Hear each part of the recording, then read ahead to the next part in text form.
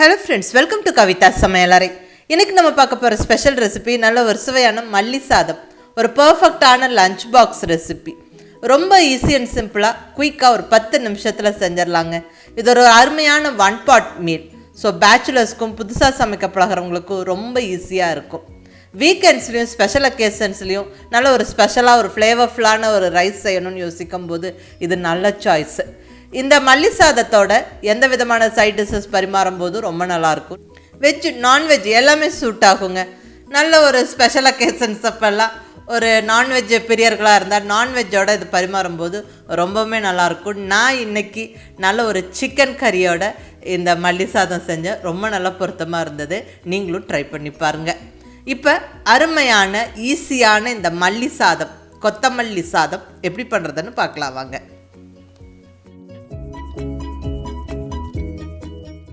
இப்போ இங்கே ஃபஸ்ட்டு ஸ்டெப்பாக நம்ம ரைஸை கழுவி ஊற வச்சிடலாங்க. நான் இங்கே ஒரு 200 கிராம் அளவுக்கு பாசுமதி ரைஸ் எடுத்துருக்கிறேன். நம்ம எந்த ரைஸில் வேணாலும் இந்த மல்லி சாதம் செய்யலாம். வீட்டில் நார்மலாக நம்ம சாதம் வைக்கிற ரைஸ்லேயும் செய்யலாம்.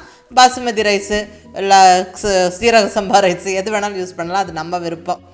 நான் இங்கே பாசுமதி ரைஸ் எடுத்துருக்கிறேன். நல்லா ஒரு 2-3 வாட்டி தண்ணி விட்டு கழுவியாச்சு. இதில் நல்லா தண்ணி விட்டு ஊற வச்சிடலாம். அதாவது நம்ம மற்றதெல்லாம் ரெடி பண்ணுற வரைக்கும் மட்டுமே இது ஊறிட்டுருக்கட்டும். இப்போ அடுத்தது நல்ல ஒரு கட்டு கொத்தமல்லி கீரை எடுத்துருக்குறேங்க. நல்ல ஃப்ரெஷ்ஷான கொத்தமல்லி கீரை நல்ல கழுவி சுத்தப்படுத்தி வச்சாச்சு.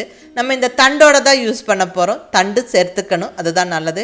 கொத்தமல்லி கீரை ஆக்சுவலி ரொம்ப நல்ல ஒரு கீரைங்க. நிறைய அயன் சத்து இருக்குது. ஸோ நம்ம சமையல் அடிக்கடி நிறைய சேர்த்துக்கிறது ரொம்ப நல்லது.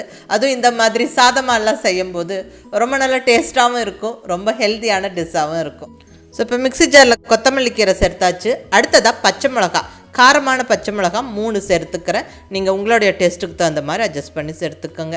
இது கூட ஒரு 6 பல் பூண்டு, கூடவே ஒரு 1.5 இன்ச் அளவுக்கு இஞ்சியை நல்லா அந்த மேலே தோலெல்லாம் எடுத்துகிட்டு சின்ன சின்ன பீசஸாக கட் பண்ணி போட்டாச்சு. இது கூட ஒரு 2 டேபிள் ஸ்பூன் அளவுக்கு துருவின தேங்காய். இந்த தேங்காவோடு சேர்த்து நம்ம அரைக்கும் போது நல்லா அரைப்படும், ரொம்ப நல்லாயிருக்கும் டேஸ்ட்டும் கூட. ஸோ மிஸ் பண்ணாமல் தேங்காவும் சேர்த்துக்கோங்க.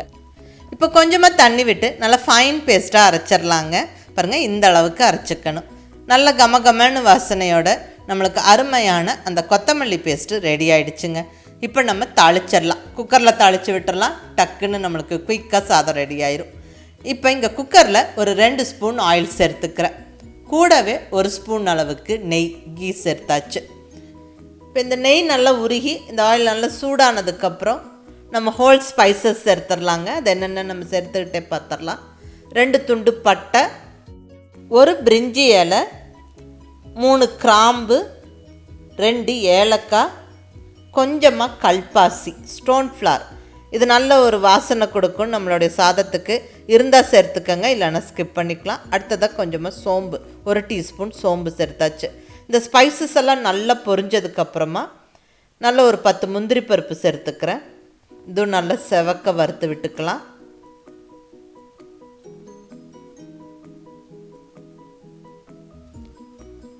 இப்போ நல்ல சன்னமாக நீளமாக கட் பண்ணின ஒரு பெரிய வெங்காயம்.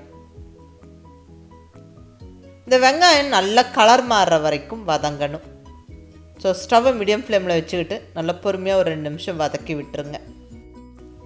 வெங்காயம் நல்லா வதங்கிருச்சு.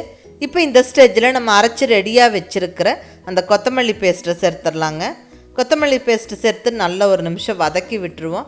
ஏன்னா இதில் எல்லாமே நம்ம பச்சையாக சேர்த்து அரைச்சிருக்கிறோம். இஞ்சி பூண்டெல்லாம் ராவாக அரைச்சிருக்கிறோம். ஸோ நல்லா அந்த பச்சை வாசனை போகிற வரைக்கும் வதக்கி விட்டுறணும். இப்போ ரைஸ் வேக வைக்கிறதுக்கு தேவையான அளவு தண்ணி விட்டுக்கலாம். நான் இங்கே பாசுமதி ரைஸ் 1 கப் எடுத்துருக்கிறேன். ஸோ 1.5 கப்பு தண்ணி எடுத்துருக்கிறேன். பாசுமதி ரைஸுக்கு 1க்கு 1.5. இதே நீங்கள் நார்மல் ரைஸ்னால் 1 கப் ரைஸுக்கு 2 கப்பு தண்ணி வச்சுக்கோங்க. இப்போ தேவையான அளவு உப்பு சேர்த்துடலாங்க. நான் இங்கே கல் உப்பு சேர்த்துக்கிறேன். நல்லா கலந்து விட்டுருவோம். நல்ல தண்ணி கொதித்ததுக்கப்புறமா நம்ம ரைஸ் சேர்த்துக்கணும். பாருங்கள், தண்ணி நல்லா கொதிக்க ஸ்டார்ட் ஆகிடுச்சு. இப்போ நம்ம கழுவி ரெடியாக வச்சுருக்கிற ரைஸை நல்லா தண்ணி வடிச்சிட்டு சேர்த்து விட்டுறலாம்.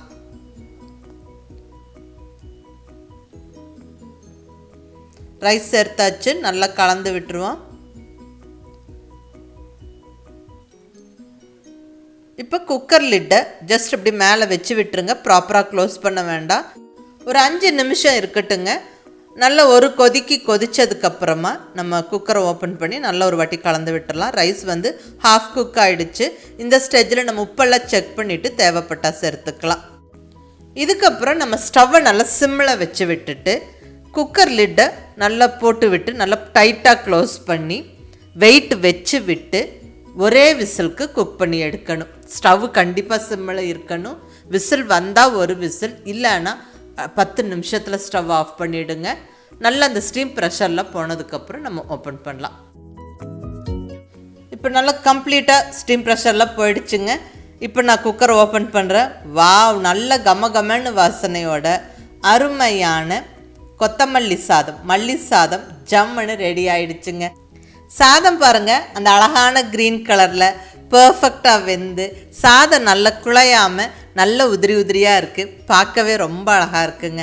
அவ்வளோதாங்க, ஒரு பர்ஃபெக்டான ஒரு 1 pot மீல் இது. நம்ம குயிக்காக ஒரு 10 நிமிஷத்தில் செஞ்சிடலாம். ரொம்ப ஒரு ஈஸி சிம்பிள் ரெசிபி. ஈவன் புதுசாக சமைக்க பழகிறவங்களும் இதை கண்டிப்பாக ட்ரை பண்ணலாம். பர்ஃபெக்டாக வரும். இதுக்கு எல்லா விதமான சைட் டிஷ்ஷஸும் ரொம்ப நல்லாயிருக்கும். நல்ல ஒரு தயிர் பச்சடியோடவும் சர்வ் பண்ணலாம். இல்லை வெஜ் நான்வெஜ் கரீஸ் எதுவாக இருந்தாலும் வைக்கலாம். ரொம்ப நல்லாயிருக்கும். நீங்கள் அதை ட்ரை பண்ணி பாருங்கள். நான் இன்றைக்கி நல்ல ஒரு சிக்கன் கறி இதுக்கு ரெடி பண்ணேன். ரொம்ப நல்லா பொருத்தமாக இருந்தது. ஸோ நீங்களும் ட்ரை பண்ணி பார்த்துட்டு உங்கள் ஃபீட்பேக் சொல்லுங்கள். பிடிச்சிருந்தால் லைக் பண்ணி ஷேர் பண்ணி கமெண்ட் பண்ணுங்கள். கவிதா சமையலறை சப்ஸ்கிரைப் பண்ணி என்னுடைய மற்ற ரெசிபிஸும் வீடியோஸும் பாருங்கள். தேங்க்யூ.